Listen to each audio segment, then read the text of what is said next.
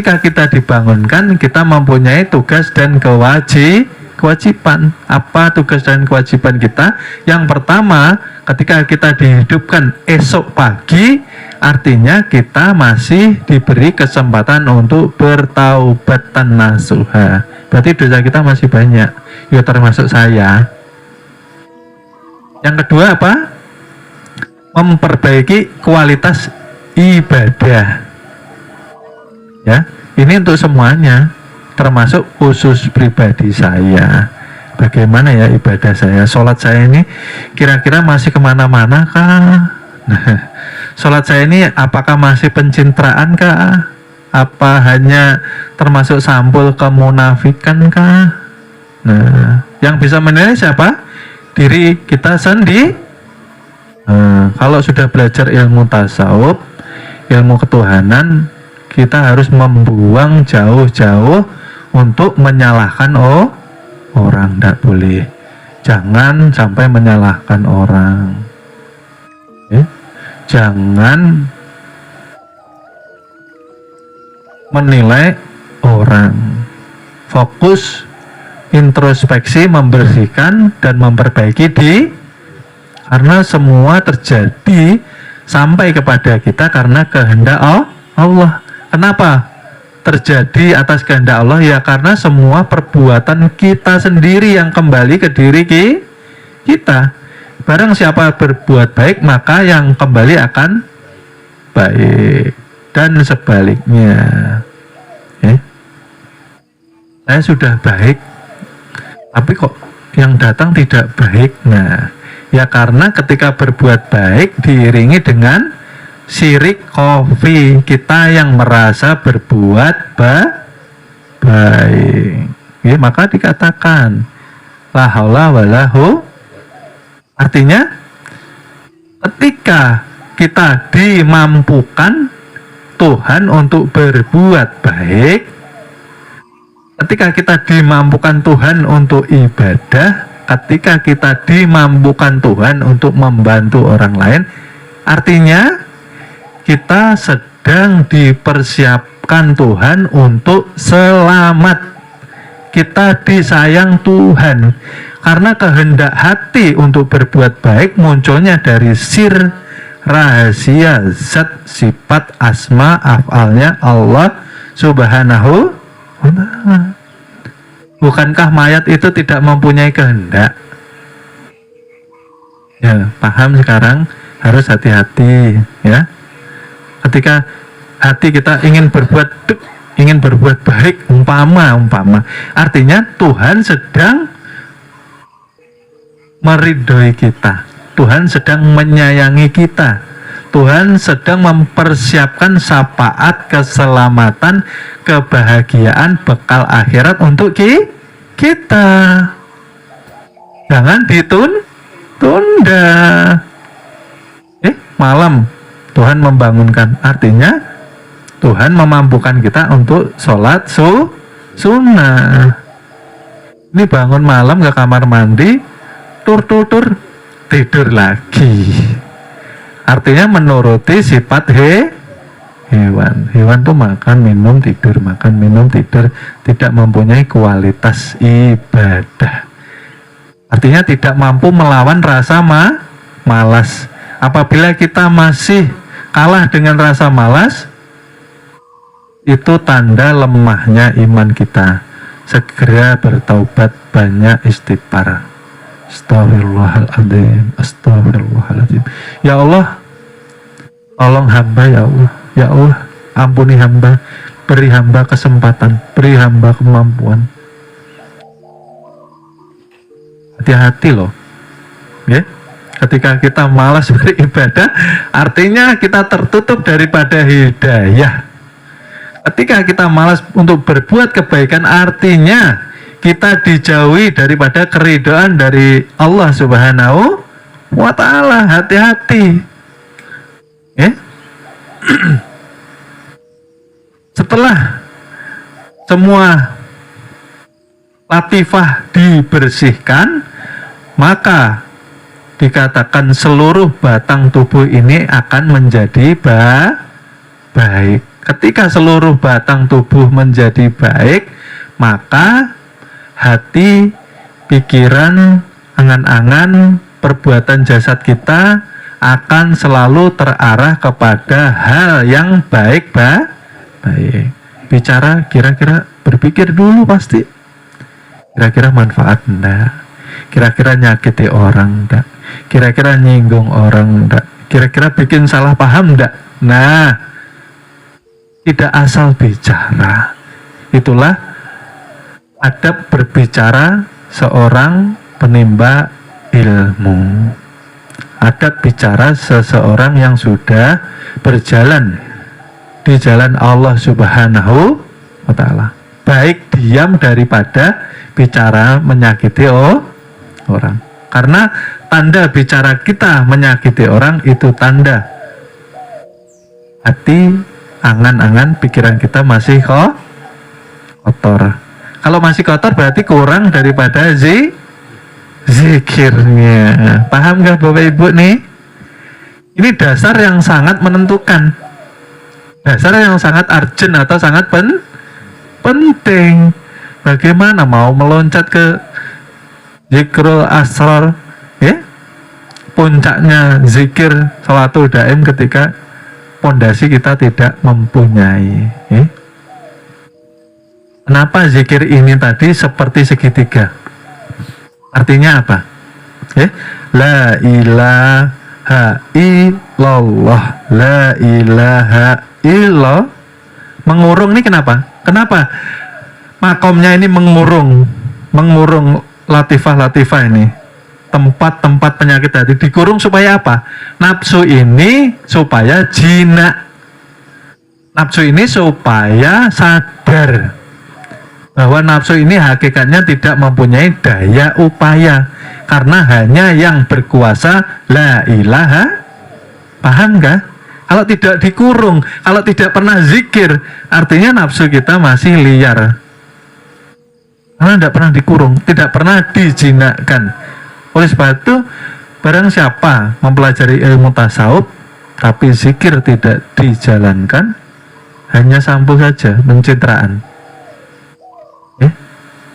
Casingnya belajar ilmu tasawuf, tapi pancaran mata zohir, mata batinnya masih buta daripada hidayah yang turun dari Allah Subhanahu. Inilah sebab kenapa tertutup hidayah kepada kita, karena kita tidak membersihkan penyakit hati dengan zikir. Maka dikatakan la ilaha illallah itu merupakan kunci anak surga. La ilaha illallah merupakan benteng Tuhan. Kenapa kita tidak mengamalkannya? Artinya apa? Harapan kita mendapatkan ridhonya Allah Ta'ala, tapi kenyataannya kita selalu mencari kemurkaan dan paham kah? Maunya cari ridhonya Allah Ta'ala, maunya, tapi kenyataannya cari murkanya Tuhan terus. Murkanya itu seperti apa? Pagi hidup dihidupkan, setelah hidup semaunya, tidak taat sama Allah, lupa membersihkan penyakit hati, tidak ada misi dalam hidup. Artinya hidup kita dikiaskan seperti hewan. Bapak Ibu maukah hidup ini setiap hari merugi atau celaka? Pasti tidak ada yang mau. Kalau tidak ada yang mau, maka berlomba-lombalah jihad binafsi, membersihkan hati dari berbagai penyakitnya. Jalannya melalui makom derajat zikir syariat atau zikir batang tubuh, la ilaha, dizahirkan, dilafazkan, la ilaha illallah, la ilaha illallah. Duh, ada kafiatnya, jangan ditinggal. Jadi sudah tahu sebabnya sekarang kenapa gagal terus mencapai puncak, karena belum bersih. Ini tahapan yang harus lulus dulu. Kalau ini belum lulus, belum bisa naik ke tingkatan makom yang kedua, zikir secara thariqah. Nah, karena ketika masih banyak penyakit hati, maka yang dikatakan yang ketiga, yang kedua tadi zikir thariqah, yang dikatakan bahwa ketika wajah dihadapkan ke hati sebelah kiri, maka harus memahami bahwa hati ini berzikir. Zikirnya apa? Masih ingat? Zikir hati? Allah, Allah, Allah, Allah. Ya? Seperti detak jantung kita nih. Allah, Allah, Allah, Allah. Ini, ya? Paham ya? Ketika dicek detak kita, Allah, Allah, Allah, Allah. Tapi tidak akan terasa kenikmatannya apabila hati kita masih artinya sia-sia. Ketika zikir hati, wajah hadapkan ke hati sebelah kiri. Nah, sini Allah, Allah, Allah. Tidak akan bisa kita mendapatkan kenikmatannya kalau masih kotor. Seperti itu air ini, nah, Bu.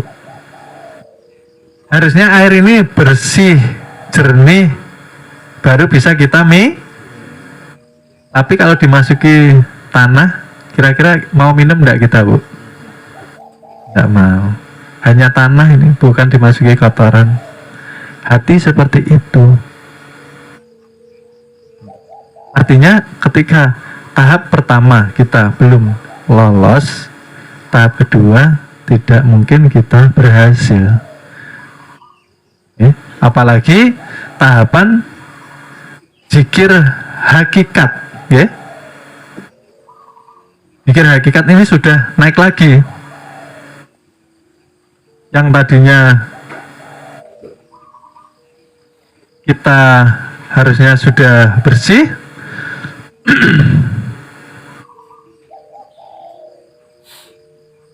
ternyata kita hanya berangan-angan saja berhasil, ya. Zikir yang kita bawa ke makom derajat yang ketiga ialah zikir yang sudah kita ketahui ketika keluar masuk napas bunyinya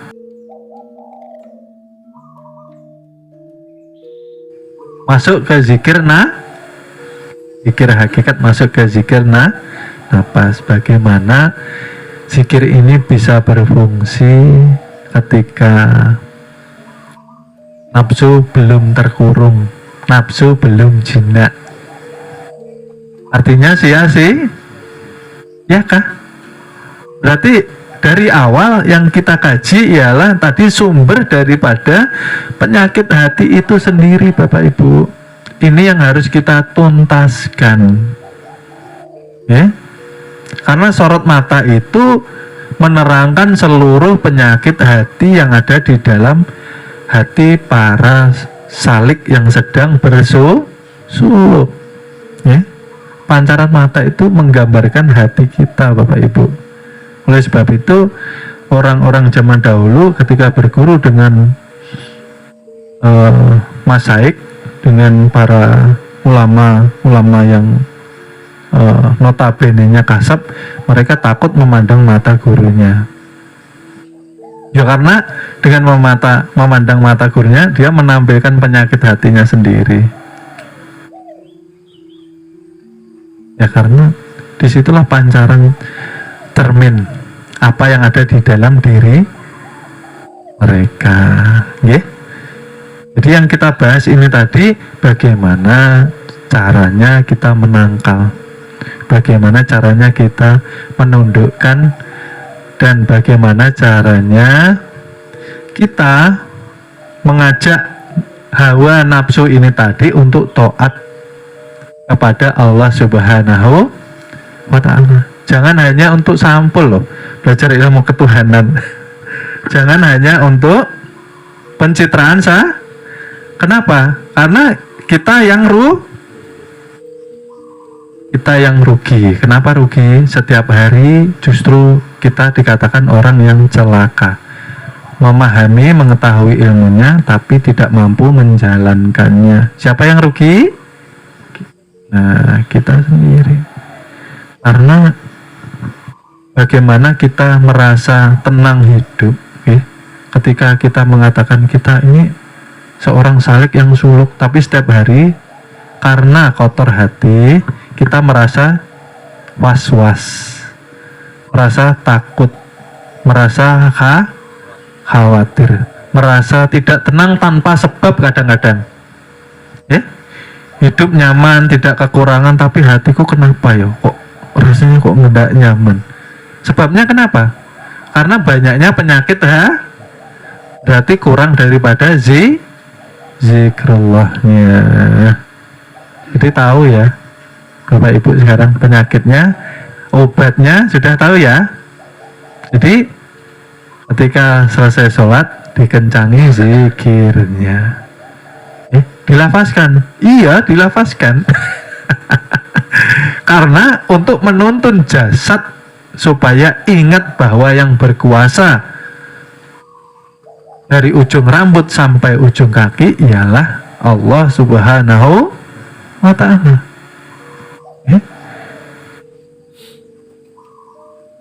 Dan yang pada puncak yang harus kita ketahui malam ini ialah puncak zikir atau zikr asrar tadi ialah puncaknya tidak lagi disebut, tidak lagi dilafazkan, tidak lagi diucapkan ya, tapi cukup puncaknya kita diam.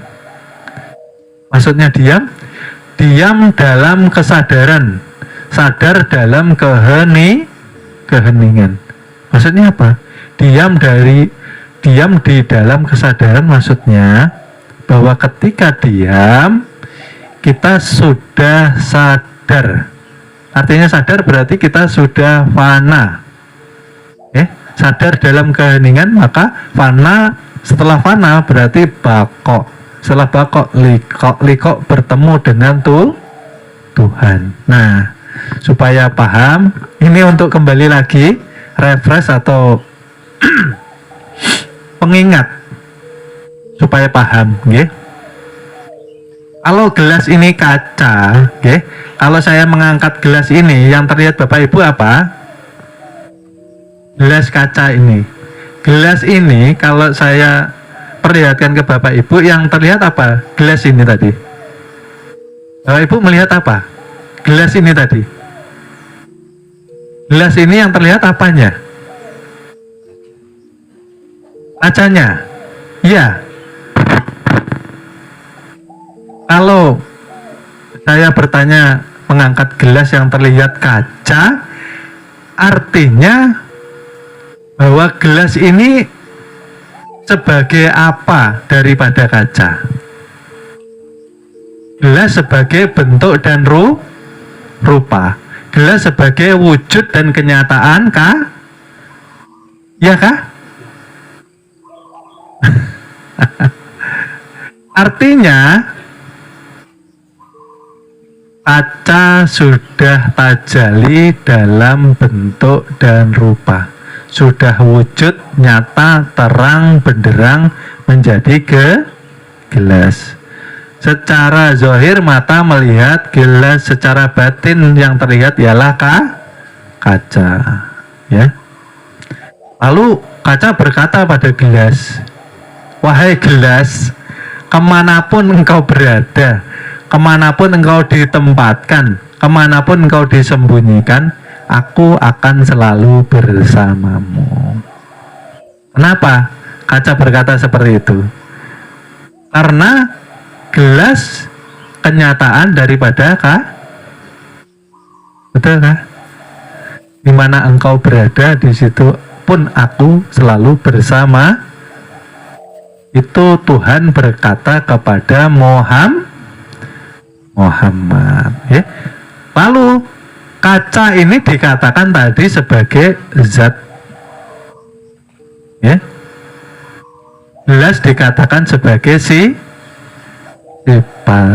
ya kah? Artinya zat dan sifat tidak terpisah. Betulkah? Artinya setiap insan dimanapun mereka berada, artinya tidak bisa terlepas dari keberadaan tuh, karena Tuhan selalu meliputi. Berarti betul Tuhan Maha mengetahui, ya, paham? Inilah yang dikatakan diam dalam kesadaran, sadar dalam keheningan. Ning artinya kosong, ning artinya suci, ning artinya yang ada hanya Allah Subhanahu. Berarti wujud gelas merupakan sarana untuk menunjukkan identitas kaca itu artinya yang ada sebetulnya gelas kah kaca? Karena mustahil ada gelas tanpa ada. Seperti itulah badan kita Bapak Ibu. Memang zohir kita melihat badan jasmani, ya. Tapi secara batin yang kita lihat badan roh. Mustahil ada badan jasmani tanpa ada badan roh. Disitulah dikatakan puncak zikrul asrar, ketika mampu kita diam. Artinya diam itu seperti apa? Ketika di tahap awal dasar seluruh hawa nafsu sudah dikurung dengan zikir la ilaha illallah, nafsu sudah tunduk, nafsu sudah menuruti kehendak Tuhan. Artinya diam kita tanpa gangguan hawa nafsu. Artinya ketika berdiri sholat, pikiran sudah tidak berekreasi. Ketika sholat, pikiran sudah tidak mengembara. Kalau sholat masih Allahu Akbar. Nah, tadi parkir kuncinya belum tak copot.